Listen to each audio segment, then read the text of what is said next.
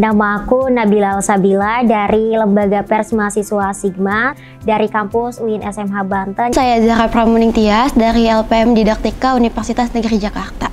Nama aku Abdul Hamid Defullah dari UPN Veteran Jakarta.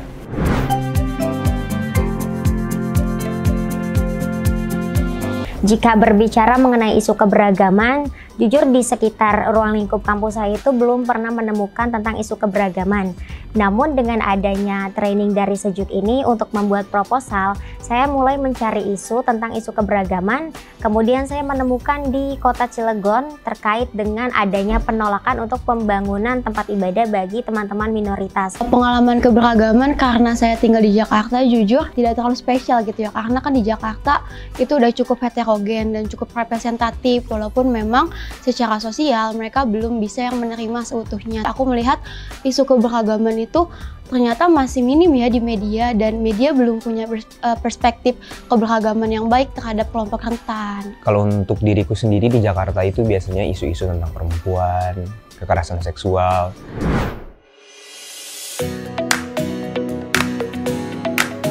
Hal baru dan menarik adalah karena aku LPM kan memiliki keterbatasan dalam mengakses pelatihan untuk media, terutama ya bagaimana kita sebagai persma itu memberitakan kawan-kawan kelompok rentan. Dan menariknya adalah di training Sejuk ini itu pemilihan materinya tuh bagus banget, karena kan kita awalnya sudah mulai materi yang benar-benar teori, lalu kita benar-benar teori kelompok minoritas, disabilitas, gender, dan juga sampai HAM dan demokrasi. Lalu akhirnya kita terjun langsung gitu loh. Terus juga ada pelatihan tentang videografi sampai penulisan feature dan konten sosial media. Itu satu paket lengkap yang akhirnya tuh aku punya perspektif yang utuh lah gitu, bahwa para reportase pendekatan yang kita lakukan itu seperti ini. Pengalaman baru yang dimana aku bisa bertemu banyak orang, bertemu banyak kalangan, dan juga teman-teman baru, relasi baru, kenalan baru, menjalin hubungan yang lebih erat dengan banyak orang yang memiliki pandangan yang sama dan yang berbeda tentunya.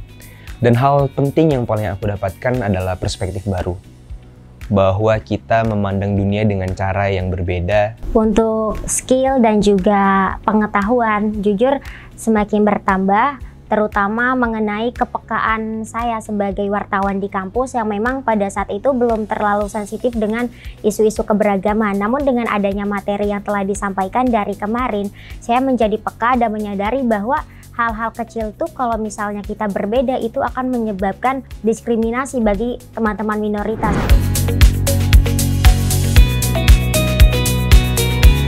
Sebelum ikut training, jujur aku masih kurang peduli. Kayak, ya sudah, kenapa sih ini harus diliput? Jujur di LPM ku sendiri pernah meliput perihal gereja ya. Dan aku tuh berpikir, memang ada masalah apa dengan gereja? Ternyata setelah masuk dan ikut di kegiatan Sejuk ini, aku baru sadar dan baru tahu ternyata orang-orang yang ditindas seperti ini, yang dieliminasikan, yang terpinggirkan, itu haruslah diberikan hak suaranya bahwa mereka pun perlu mendapatkan kehidupan yang sama, yang setara dan layak, seperti itu. Awalnya saya bertemu dengan yang transpuan atau LS dan lain sebagainya itu ngerasa takut.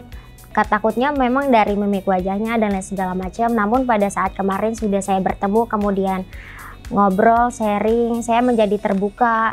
Pastinya lebih sensitif ya, lebih peka gitu, bahwa apa yang kita tulis, diksi yang kita pilih itu apakah menyakiti kawan-kawan minoritas atau kawan-kawan keberagaman gitu. Lalu lebih bisa melihat humanis aja, lebih humanis. Lebih mengutamakan atau lebih berani untuk membuat berita-berita yang memang belum pernah kita buat seperti itu.